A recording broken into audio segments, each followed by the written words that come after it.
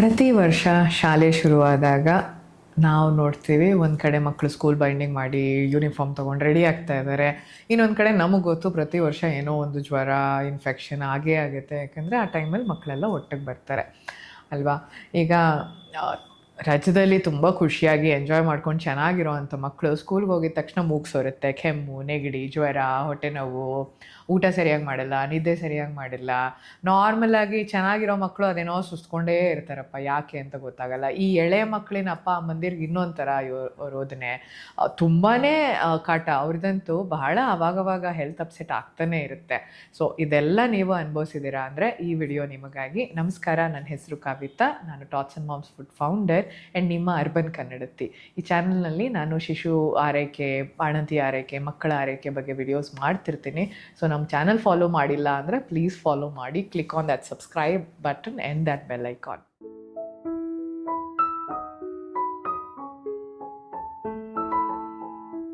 ಒಂದೇ ಸಮಯದಲ್ಲಿ school ರಿಓಪನಿಂಗು start ಆಗುತ್ತೆ, ಸೀಸನಲ್ ಚೇಂಜ್, ಸೆಕೆಗಾಲದಿಂದ ಮಳೆಗಾಲನೂ ಶುರು ಆಗ್ತಾ ಇರುತ್ತಲ್ವ. ಹಾಗಾಗಿ ಇದೆಲ್ಲ ನಾವು ನೋಡೋ ಅಂಥದ್ದು. ಈಗ 4 ಗೋಡೆ ಮಧ್ಯ ಅಥವಾ ಫ್ಯಾಮಿಲಿ ಕಡಿಮೆ ಜನ ಜೊತೆ ಇದ್ದಂಥ ಮಕ್ಕಳು ಸಡನ್ನಾಗಿ ಇಷ್ಟೊಂದು ಮಕ್ಕಳ ಜೊತೆಗಿರಬೇಕು, ಒಂದು 4 ಗೋಡೆ ಮಧ್ಯ ತರಗತಿ ಒಳಗೆ ಹೆಚ್ಚು ಕಾಲ ಕೂತಿರಬೇಕು, ಆಡ್ಕೊಂಡಿದ್ದಂಥ ಮಗು ಅಲ್ವಾ. ಆಮೇಲೆ ರುಟೀನ್ ಚೇಂಜ್ ಆಗಿದೆ, ವೆದರ್ ಕಂಡೀಷನ್ ಚೇಂಜ್ ಆಗಿದೆ, ಸೆಕೆಯಿಂದ ಚಳಿನೋ ಮಳೆನೋ. ಹೀಗಾಗಿ ವೈರಸ್ ಇನ್ಫೆಕ್ಷನ್ಗೆ ಒಂದರಿಂದ ಒಂದು ಹರಡೋದಕ್ಕೆ ತುಂಬ ಸುಭಿಕ್ಷವಾದ ಕಾಲ ಅಂತ ಹೇಳ್ಬೋದು. ಆಮೇಲೆ ಅವ್ರ ಬಾಡಿ ಕೂಡ ಅಡ್ಜಸ್ಟ್ ಆಗ್ತಾ ಇದೆ. ಈಗ ಸಡನ್ ಸ್ಕೂಲ್ಗೆ ರುಟೀನು, ಅದರಲ್ಲಿ ಎಮೋಷ್ನಲ್ ಚೇಂಜು, ರೆಸ್ಟ್ ಇದ್ದಿದ್ದು ಸಡನ್ನಾಗಿ ಇಷ್ಟೊಂದು ರುಟೀನು. ಸೊ ನಾವು ಅರ್ಥ ಮಾಡ್ಕೊಳ್ಬೇಕು ಮಕ್ಕಳನ್ನ, ಅವ್ರ ಪರಿಸ್ಥಿತಿನ.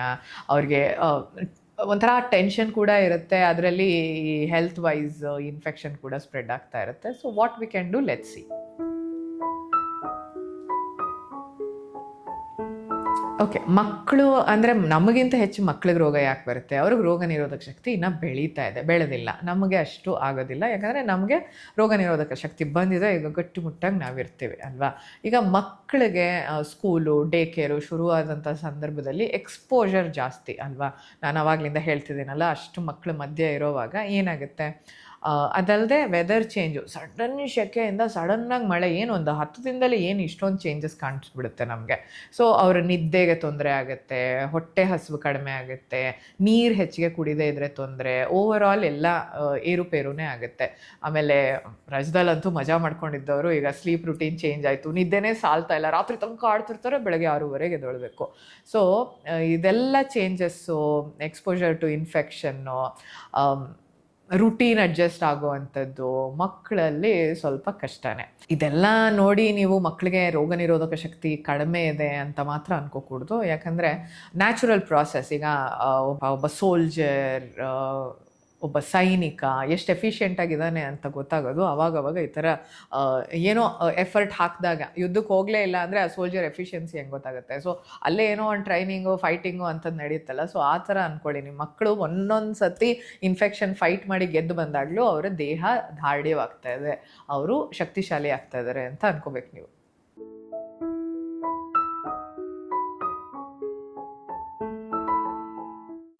ಓಕೆ, ತುಂಬ ಕಾಮನ್ ಆಗಿ ಮಕ್ಕಳಲ್ಲಿ ಏನು ಕಾಣುತ್ತೆ, ನೀವೇನೇನು ಗಮನ ಇಟ್ಕೊಳ್ಬೇಕು ಅಂತ ಹೇಳ್ತೀನಿ. ಕಾಮನ್ ಆಗಿ ಈ ಸಮಯದಲ್ಲಂತೂ ನಮ್ಮ ಟ್ರಾನ್ಸಿಷನಲ್ಲಿ ಪ್ರತಿ ವರ್ಷ ಇದೇ ಕಾಣುತ್ತೆ. ಒಂದು ಕೆಮ್ಮು, ನೆಗಡಿ, ಜ್ವರ, ವೈರಲ್ ಫೀವರ್ ಕೂಡ ಬಂದಿದ್ದಿದೆ. ನನ್ನ ಟೀಮ್ ಅವ್ರ ಮಗು ಒಬ್ರಿಗೆ ಬಂದಿದ್ದಕ್ಕೆ ಇಮಿಡಿಯೇಟಾಗಿ ವಿಡಿಯೋ ಮಾಡಿ ಹಾಕ್ತೆ. ಇನ್ನೊಂದು ಸೋರ್ ಥ್ರೋಟ್, ಗಂಟ್ಲಲ್ಲಿ ಕಿರಿಕಿರಿ, ಮೂಗು ಸೋರ್ತಾ ಇರುತ್ತೆ, ಇಲ್ಲ ಬ್ಲಾಕ್ ಆಗಿರುತ್ತೆ, ಹೊಟ್ಟೆಲಿ ಇನ್ಫೆಕ್ಷನ್ನು, ವಾಮಿಟಿಂಗು, ಲೂಸ್ ಮೋಷನ್ನು, ಕಣ್ಣಿನ ಪ್ರಾಬ್ಲಮ್ ಕೂಡ ಆಗ್ಬೋದು, ಅಲರ್ಜಿ ಇರ್ಬೋದು, HFMD ಅಂತ ಹೇಳ್ತಾರಲ್ಲ, ಹ್ಯಾಂಡ್ ಫುಟ್ ಮೌತ್ ಡಿಸೀಸ್, ಅದಾಗ್ಬೋದು. ಮತ್ತು ಊಟ ಕಡಿಮೆ ಸೇರೋ ಅಂಥದ್ದು ಕೂಡ ಮಕ್ಕಳಲ್ಲಿ ಸಾಮಾನ್ಯವಾಗಿ ಆಗುತ್ತೆ. ಇದೆಲ್ಲ ಬಿಟ್ಟು ಮಕ್ಕಳು ಈಗ ನೀಟಾಗಿ ತಿನ್ಕೊಂಡು ಹೋಗಲ್ಲ, ಸೊ ಇರಿಟೇಬಲ್ ಆಗಿರ್ತಾರೆ. ಹೊಸ ಟೀಚರು, ಹೊಸ ಫ್ರೆಂಡ್ಸು, ಈಗಂತೂ ವರ್ಷ ಫ್ರೆಂಡ್ಸ್ ಚೇಂಜ್ ಆಗ್ತಾ ಇರ್ತಾರೆ. ಸೊ ಏನೋ ಇರಿಟೇಟೆಡ್ ಆಗಿರ್ತಾರೆ, ಯಾಕಂದರೆ ಆ ಖುಷಿನೇ ಒಂಥರ ಹೊರಟೋಯ್ತು, ಯಾಕೆ ಅದನ್ನು ಮಾಡಿದ್ರೋ ಗೊತ್ತಿಲ್ಲ. But okay, coming back to the topic, ಒಂದು ಸ್ಟ್ರಗಲ್ ಇದೆ ಮಕ್ಕಳಿಗೆ. Let us be emotionally available as well.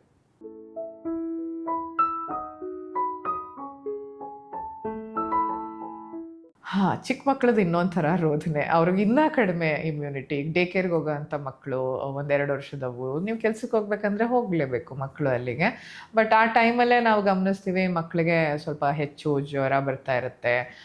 ಇಲ್ಲ ಕೇರ್ ಗಿವರ್ ಹೊಸಬ್ರು ಯಾರೋ ಅವರು ಚೇಂಜ್ ಆಗಿರ್ತಾರೆ. ಈ ಆಟ ಸಾಮಾನು ಎಲ್ಲನೂ ಡಿಫ್ರೆಂಟ್ ಅವರಿಗೆ.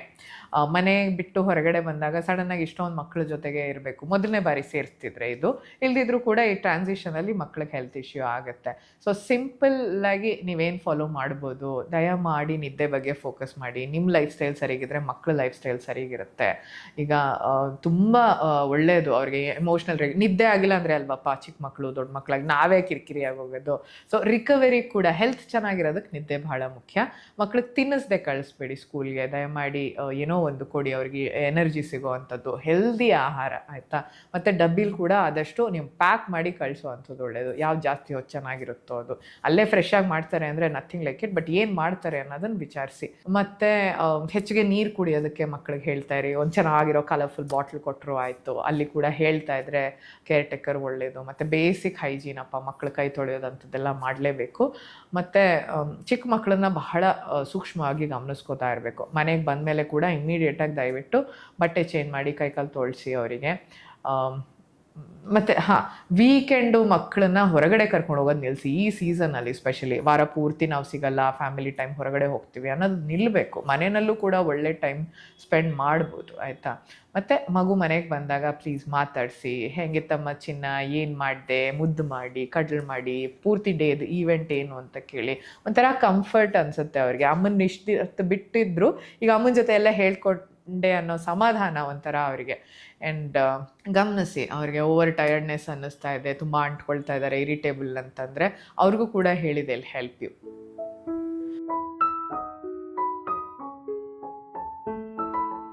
ಓಕೆ, ಸ್ಕೂಲ್ಗೆ ಹೋಗೋ ಮಕ್ಳಿಗೆ ಹೇಗೆ ಸಪೋರ್ಟ್ ಮಾಡಿದ್ವಿ. ಈಗ ದೊಡ್ಡ ಮಕ್ಕಳು ಇಂಡಿಪೆಂಡೆಂಟು ಅಂತ ಏನಿಲ್ಲ, ಅವರಿಗೂ ಕೂಡ ನಮ್ಮ ಸಪೋರ್ಟ್ ಬೇಕು. ಅಗೇನು ಹೇಳಿದ್ನಲ್ಲ, ಸ್ಕೂಲ್ ರೀಓಪನ್ ಆಗೋ ಟೈಮಲ್ಲಿ ಬಹಳಷ್ಟು ಚೇಂಜು ಬೈಂಡೆಲ್ಲ ಮಾಡ್ಕೊಂಡೇನೋ ಹೋಗಿರ್ತಾರೆ. ಹೊಸ ಟೀಚರು, ಹೊಸ ಅಕಾಡೆಮಿಕ್ಸು, ಹೊಸ ಎಕ್ಸ್ಪೆಕ್ಟೇಷನ್, 1 ವರ್ಷ ಜಾಸ್ತಿ, ಇನ್ನೊಂದು ಸ್ವಲ್ಪ ಟಫ್ ಸಿಲೆಬಸ್ಸು, ಹೊಸ ಬಸ್ಸು ರೂಟು, ಅಲ್ಲಿ ಹೊಸ ಫ್ರೆಂಡ್ಸ್ ಬೇರೆ ವರ್ಷ ಚೇಂಜ್ ಆಗ್ತಿದ್ದಾರೆ. ಅದು ಯಾಕೆ ನಾನು ಹೇಳ್ತಾನೆ ಇದ್ದೀನಿ, I don't like it. Okay, ನೀವು ಹೇಗೆ ಹೆಲ್ಪ್ ಮಾಡ್ಬೋದು ನಿಮ್ಮ ಮಕ್ಕಳಿಗೆ? Please reestablish routine. So school start ಆಗೋಕ್ಕೆ ಮುಂಚೆನೇ ಒಂದು ರುಟೀನ್ ಮಾಡಿದ್ರೆ ಒಳ್ಳೇದಕ್ಕೆ ಸ್ಟಾರ್ಟ್ ಆಗಿ ಹೋಗಿರ್ಬೋದು, ಬಟ್ ನೆಕ್ಸ್ಟ್ ಇಯರ್ಗೆ ಜ್ಞಾಪಕ ಇರಲಿ. ಮತ್ತು ಒಳ್ಳೆ ಆಹಾರ ಹೋಲ್ಸಮ್ ಆಗಿ ಮನೆಯಲ್ಲಿ, ದಿನ ಅದೇ ದೋಸೆ, ದಿನ ಇಡ್ಲಿ, ದಿನ ಒಂದು ಲೋಟ ಹಾಲು ಬೇಡ. ಒಳ್ಳೆ ಊಟ ತಿಂಡಿ ಕಳಿಸಿ ಅವರಿಗೆ. ಮತ್ತು ಹೊರಗಡೆ ಆಟ ಆಡಲಿಕ್ಕೆ ಇನ್ಸಿಸ್ಟ್ ಮಾಡಿ. ಪಿ ಟಿ ಪೀರಿಯಡು ಆದಾಗೆಲ್ಲ ಹೊರಗಡೆ ಹೋಗು. ಮತ್ತು ಸ್ಕೂಲ್ ಆಗಿದ ತಕ್ಷಣ ಈ ಬಾಸ್ಕೆಟ್ಬಾಲು, ಸ್ವಿಮ್ಮಿಂಗು ಅದೆಲ್ಲ ಇಮಿಡಿಯೇಟಾಗಿ ಬೇಡ. ಒಂದು 15-20 ದಿನ, 1 ತಿಂಗಳು ಆಗಲಿ, ಅದಾದಮೇಲೆ ಸೇರಿಸಿ. ಒಳ್ಳೆ ನೀರಿನ ಬಾಟ್ಲ್ ಕೊಡಿ, ನೀರು ಚೆನ್ನಾಗಿ ಕುಡಿತಾ ಇರು ಅಂತ ಹೇಳ್ತಾ ಇರಿ. ಏನೋ ಮಕ್ಕಳಲ್ಲಿ ಸ್ಟ್ರೆಸ್ಸು, ಚೇಂಜು, ಬರ್ನ್ಔಟ್ ಆ ಥರದ್ದು ಏನೋ ಇರಿಟೇಬಿಲಿಟಿ ಇದೆ, ಮಕ್ಕಳು ಕಿರಿಕಿರಿ ಅನ್ನಿಸ್ತಾರೆ ಅಂದರೆ ಮಾತಾಡಿ. ದೊಡ್ಡ ಮಕ್ಳಿಗೂ ಸಾಂತ್ವನ ಬೇಕು, ನಿಮ್ಮ ಮುದ್ದು ಬೇಕು. ಮತ್ತು ಸಾಮಾನ್ಯವಾಗಿ ಆಡ್ಕೊಂಡಿರೋವಂಥ ಮಗು ಯಾಕೋ ಸುಸ್ತ್ಕೊಳ್ತಾನೇ ಇದೆ ಅಂತಂದ್ರೂ ಗಮನಿಸಿ.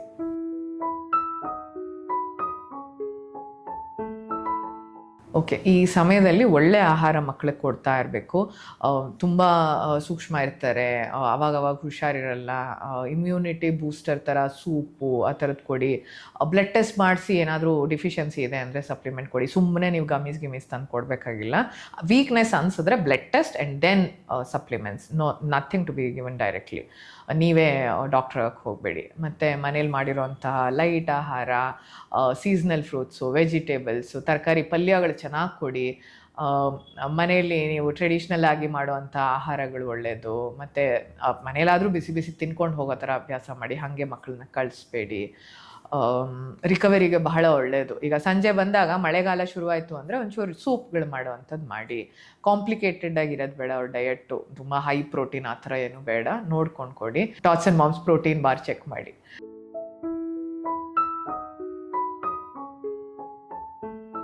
ನಿದ್ದೆ, ರೆಸ್ಟು ಬಹಳ ಮುಖ್ಯ ಮಕ್ಕಳಿಗೆ ಈ ಟೈಮಲ್ಲಿ. ಅದ್ರ ಬಗ್ಗೆ ಮಾತ್ರ ಗಮನ ಕಡಿಮೆ ಮಾಡಬೇಡಿ. ನಿಮ್ಮ ಲೈಫ್ ಸ್ಟೈಲು, ನೀವು ಲೇಟಾಗಿ ಮಲ್ಕೋತೀರಾ ಅಂತಂದರೆ ಮಕ್ಕಳು ಲೇಟಾಗಿ ಮಲ್ಕೊಳ್ಳೋದು, ನಿದ್ದೆನೇ ಇಲ್ಲದೆ ಬೆಳಗ್ಗೆ ಎದ್ದೇಳೋದು, ಕಿರಿಕಿರಿ, ಹೆಲ್ತ್ಗೆ ಬಹಳ ತೊಂದರೆ. ರಿಕವರಿನೇ ಆಗಿಲ್ಲ. ಬ್ರೈನ್ಗೂ ರೆಸ್ಟ್ ಬೇಕು, ಬಾಡಿಗೂ ರೆಸ್ಟ್ ಬೇಕು. ಅಷ್ಟು ಓದ್ತಾರೆ ಸಡನ್ನಾಗಿ, ದೊಡ್ಡ ದೊಡ್ಡ ಪುಸ್ತಕ. ಈಗಂತೂ ಓದೋದಕ್ಕೊಂದು ಬಂಡಿ ಇರುತ್ತೆ, ಅದರಲ್ಲಿ ಬೇರೆ ಅಲ್ಲಿ ಇಲ್ಲಿ ಓಡಾಡಿಕೊಂಡೆ ಅವ್ರು ಸುಸ್ತಾಗ್ಬಿಡ್ತಾರೆ ಮಕ್ಕಳು. So rest is very necessary. ಯಾವುದೋ ಒಂದು ಮಗು ಜಾಸ್ತಿ ನಿದ್ದೆ ಮಾಡ್ತಿದೆ ಅಂದರೆ ಮಾಡಲಿ ಬಿಡಿ, ಬೇಗ ಮಲಗಿಸಿ. ಅದೇನು ಸೋಂಬೇರಿ ಆಗೋಯ್ತು ಅಂತ ಯಾವತ್ತೂ ಆ ಪದಗಳನ್ನ ಬಳಸಬೇಡಿ, ಆಯಿತಾ? ಇಮ್ಯುನಿಟಿ ಕೂಡ ಒಳ್ಳೆಯದು, ರೋಗ ನಿರೋಧಕ ಶಕ್ತಿ ನಿದ್ದೆ ಮಾಡಿದಾಗ ಹೆಚ್ಚುತ್ತೆ. ಈಗ ಜ್ವರದಿಂದ ಹುಷಾರಾಗ್ತಿರೋ ಮಕ್ಕಳನ್ನ ಕೂಡ ತುಂಬ ಬೇಗ ಸ್ಕೂಲಿಗೆ ಕಳಿಸೋದು ಆ ಥರ ಮಾಡೋಕ್ಕೆ ಹೋಗಬೇಡಿ. ರೆಸ್ಟ್ ಮಾಡಲಿ.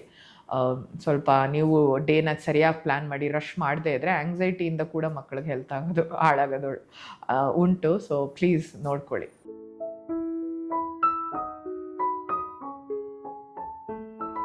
ಡೇ ಕೇರ್ ಅವರು, ಸ್ಕೂಲ್ ಅವ್ರಿಗೆ ಏನು ಹೇಳ್ಬೋದು ಅಂತಂದರೆ, ನಿಮಗೆ ಸಪೋರ್ಟ್ ಮಾಡೋಕ್ಕೆ ಅವರಿಗೂ ಹೇಳ್ತಾ ಇರಬೇಕು. ಈ ಟೈಮಲ್ಲಿ ಇಶ್ಯೂ ಇರುತ್ತೆ, ಏನೋ ಮೀಟಿಂಗ್ ಎಲ್ಲ ಕರೀತಾರಪ್ಪ, ಆ ಟೈಮಲ್ಲಿ ಹೇಳಿ ಇಂಥದನ್ನೆಲ್ಲ.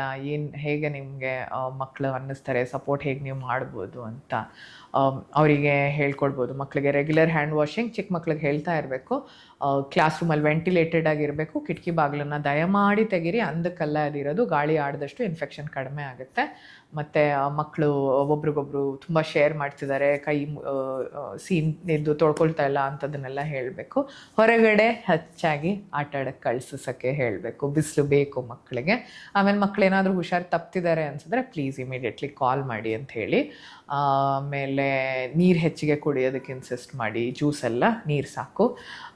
ಈ ಥರದ್ದು ಸಣ್ಣ ಪುಟ್ಟ ಅಭ್ಯಾಸಗಳನ್ನ ಅವರು ಸಪೋರ್ಟ್ ನಮಗೆ ಮಾಡಿದ್ರೆ, ಮಕ್ಳಿಗೆ ಹುಷಾರಿಲ್ಲದೆ ಇದ್ದಾಗ, ಸುಸ್ತಾದಾಗ ಗಮನಿಸ್ಕೊಂಡು ಡೈರಿಲಿ ಬರೆದ್ರೂ ಆಯಿತು. ತುಂಬ ಜ್ವರ ಆಗಿಲ್ಲ ಮನೆಗೆ ಕಳಿಸುವಷ್ಟು, ಸುಸ್ತ್ಕೋತಿದ್ದಾನೆ, ಇರಿಟೇಬಲ್ ಆಗಿದ್ದಾನೆ, ಡೈರಿಲಿ ಬರೆದ್ರೆ ಸಾಕು. So seasonal change, school reopening ಎಲ್ಲ ಒಟ್ಟಿಗೆ ಆಗುತ್ತೆ. ಈ ಟೈಮಲ್ಲಿ ಅಡ್ಜಸ್ಟ್ಮೆಂಟ್ ತುಂಬ ಇರುತ್ತೆ ಮಕ್ಕಳಿಗೆ. ಅದಕ್ಕೆ ನಾವು ಸಹಕಾರಿಯಾಗಿ ಇರೋಣ, ಮಕ್ಕಳನ್ನ ಕೇಳ್ತಾ ಇರೋಣ ಅವ್ರಿಗೆ ಏನು ಸಪೋರ್ಟ್ ಬೇಕು, ಏನು ಪ್ರಾಬ್ಲಮ್ ಆಗ್ತಿದೆ ಅಂತ. ಈ ಫೇಸಲ್ಲಿ ಇಲ್ನೆಸ್ ಬರೋ ಅಂಥದ್ದು ಸಾಮಾನ್ಯ. ಬಾಡಿ ಚೇಂಜಸ್, ನಮಗೂ ಕೂಡ ಸಡನ್ನಾಗಿ ಮಳೆ ಬಂದರೆ ಕೆಮ್ಮು ನೆಗಡಿ ಆಗುತ್ತಲ್ವ, ಮಕ್ಳಿಗೂ ಹಾಗೆ ಅಷ್ಟೇ. ಸೊ ಹಿಂಗಾಗೇ ಆಗುತ್ತೆ, ಯಾವಾಗಲೂ ಜ್ವರ ಬರುತ್ತೆ, ಅದು ಬರುತ್ತೆ, ಇದು ಬರುತ್ತೆ ಅಂತ ಹೆದರ್ಕೊಂಡಿರೋದಕ್ಕಿಂತ ಏನು ಮಾಡಬೇಕು ಅದನ್ನೆಲ್ಲ ಹೇಳಿದ್ದೀನಿ. ಲಾಸ್ಟಲ್ಲಿ ಇನ್ನೊಂದ್ಸರಿ ಹೇಳ್ತೀನಿ. ಒಳ್ಳೆ ನಿದ್ದೆ, ಒಳ್ಳೆ ಊಟ, ಒಳ್ಳೆ ನೀರು, ಒಳ್ಳೆ ಮೂವ್ಮೆಂಟ್, ಆಟ ಆಡಬೇಕು, ಹೊರಗಡೆ ಹೋಗಬೇಕು, ಗಾಳಿನಲ್ಲಿರಬೇಕು, ಮತ್ತು ಸಮಾಧಾನಕರವಾಗಿ ಅವರನ್ನು ತಬ್ಬಿ ಹಿಡಿದು ಮಾತಾಡ್ತಾ ಇರಬೇಕು. ಮೆಂಟಲ್ ಸ್ಟ್ರೆಸ್ ಕೂಡ ಬಾಡಿಗೆ ಎಫೆಕ್ಟ್ ಆಗುತ್ತೆ. ಮತ್ತು ಮಕ್ಕಳು ಖುಷಿಯಾಗಿರಲಿಕ್ಕೆ ಏನೇನು ಮಾಡ್ಬೋದು ನಮ್ಮ ಕೈಯಿಂದ ಸಹಾಯ ಮಾಡ್ತಾ ಇರೋಣ. ಇದು ಒಂದು ರುಟೀನ್ ಆಗಿರಬೇಕು. ಅವ್ರು ನಮಗೆ ಹೆಲ್ಪ್, ಅವ್ರು ಸಪೋರ್ಟ್ ಮಾಡೋದು, ನಾವು ಅವ್ರಿಗೆ ಹೆಲ್ಪ್, ಅವ್ರು ಸಪೋರ್ಟ್ ಮಾಡೋದು. ಇಟ್ ಶುಡ್ ಬಿ ಮ್ಯೂಚುವಲ್, ಆಯಿತಾ? ನಿಮಗೂ ಹೆಲ್ತ್ ನೀವು ನೋಡ್ಕೊಳ್ಳಿ ಚೆನ್ನಾಗಿ. ಓಕೆ, ಈ ವಿಡಿಯೋ ನಿಮಗೆ ಇಷ್ಟ ಆಯಿತು ಅಂತ ಭಾವಿಸ್ತೀನಿ. ನಿಮ್ಗೆ ಯೂಸ್ಫುಲ್ ಅನಿಸಿದ್ರೆ ದಯವಿಟ್ಟು ನಮ್ಮ ಚಾನಲ್ನ ಫಾಲೋ ಮಾಡಿ, ಸಬ್ಸ್ಕ್ರೈಬ್ ಮಾಡಿ, ನಿಮ್ಮ ಫ್ರೆಂಡ್ಸ್ಗಳಿಗೂ ಈ ವಿಡಿಯೋನ ಶೇರ್ ಮಾಡಿ. ಮತ್ತು ಇದೇ ಥರದ್ದು ಹಲವಾರು ವಿಡಿಯೋಸ್ ಮಾಡ್ತಿರ್ತೀನಿ. ಸೊ ನಮ್ಮ ಚಾನಲ್ಗೆ ಬರ್ತಾ ಇರಿ. ಹಳೆ ವಿಡಿಯೋಸ್ ಪ್ಲೇಲಿಸ್ಟ್ ಎಲ್ಲ ಇದೆ, ಅದನ್ನು ಚೆಕ್ ಮಾಡಿ. ಚಿಕ್ಕ ಮಕ್ಕಳ ತಂದೆ ತಾಯಂದಿರಿಗೆ ನಮ್ಮ ಚಾನಲ್ ಡೀಟೇಲ್ಸ್ ಕೊಡಿ. ಆ್ಯಕ್ಚುಲಿ ತುಂಬ ನಿಧಿ ಥರ ಒಂದಷ್ಟು ವಿಡಿಯೋಸ್ ಇದೆ, ಅವ್ರಿಗೆ ಸ್ನಾನ ಹೇಗೆ ಮಾಡಿಸೋದು, ಅವ್ರಿಗೆ ಕೇರ್ ಟೇಕ್ ಹೇಗೆ ಮಾಡೋದು ಅನ್ನೋದೆಲ್ಲ. ಮತ್ತು ಟಾಟ್ಸ್ ಆ್ಯಂಡ್ ಮಾಮ್ಸಲ್ಲಿ ಬಹಳ ಹೆಲ್ದಿ ಸ್ನ್ಯಾಕ್ಸ್ ಇದೆ. ಈಗ millet ಜಾಗರಿ cookies, PAN cake mix. ನೀವು ಹೆಲ್ದಿಯಾಗಿ ಕೊಡಬೇಕು, ಬೆಳಗ್ಗೆ ಹೊತ್ತು ಮಾಡೋಕ್ಕಾಗ್ತಿಲ್ಲ ಅಂದರೆ ದಯಮಾಡಿ ನಮ್ಮ ಪ್ಯಾಕೆಟ್ ತೊಗೊಳಕ್ಕೆ ಮುಂಚೆ ನಮ್ಮ ವೆಬ್ಸೈಟಲ್ಲಿ ಇಂಗ್ರೀಡಿಯೆಂಟ್ಸ್ ಎಲ್ಲ ಚೆಕ್ ಮಾಡಿ, ಆಯಿತಾ? ಯಾವುದೇ ಥರದ ಬೇಕಿಂಗ್ ಏಜೆಂಟ್ ಆಗಲಿ, ಯಾವುದೇ ಥರದ ಪ್ರಿಸರ್ವೇಟಿವ್, ಶೆಲ್ಫ್ ಲೈಫ್ ಇನ್ಕ್ರೀಸ್ ಮಾಡೋಕ್ಕಾಗಲಿ ನಾವು ಬಳಸಿಲ್ಲ, ಯಾವುದು ರಾಸಾಯನಿಕ ರಹಿತ. ಹಾಗಾಗಿ ನಮ್ಮ ಪ್ರಾಡಕ್ಟ್ಸು ಬಹಳ ಮಾನ್ಯತೆ ಪಡೆದಿದೆ. ಗೊತ್ತಿಲ್ಲ ಅಂದರೆ ಮತ್ತೊಮ್ಮೆ ಹೇಳ್ತೀನಿ, ಟಾಟ್ಸ್ ಆ್ಯಂಡ್ ಮಾಮ್ಸ್ ಬ್ರ್ಯಾಂಡ್ ಹೆಸರು. ನಾನು ಅದರ ಫೌಂಡರ್, 12 ವರ್ಷದಿಂದ ನಡೆಸ್ಕೊಂಬರ್ತಿದ್ದೀನಿ. totsandmoms.com ನಮ್ಮ ವೆಬ್ಸೈಟ್ನಲ್ಲಿ ಸಿಗುತ್ತೆ. ಡಿಸ್ಕೌಂಟ್ಗಾಗಿ ನೀವು ನಮ್ಮ ನಂಬರ್ಗೆ ಮೆಸೇಜ್ ಕೂಡ ಮಾಡಬಹುದು. ಡೀಟೇಲ್ಸ್ ಎಲ್ಲ ಕೆಳಗಡೆ ಕೊಟ್ಟಿರ್ತೀನಿ. ಮತ್ತು ಅಮೆಝಾನ್, ಫ್ಲಿಪ್ಕಾರ್ಟಲ್ಲೂ ನಮ್ಮ ಪ್ರಾಡಕ್ಟ್ಸ್ ಅವೈಲೇಬಲ್ ಇದೆ, ಅಲ್ಲೂ ಚೆಕ್ ಮಾಡಿ, ಆಯಿತಾ? ಸೊ ಮತ್ತೆ ಸಿಗೋಣ ಇನ್ನೊಂದು ವಿಡಿಯೋನಲ್ಲಿ. ಅಲ್ಲಿ ತನಕ ನಮಸ್ಕಾರ, ಟೇಕ್ ಕೇರ್, ಬಾಯ್.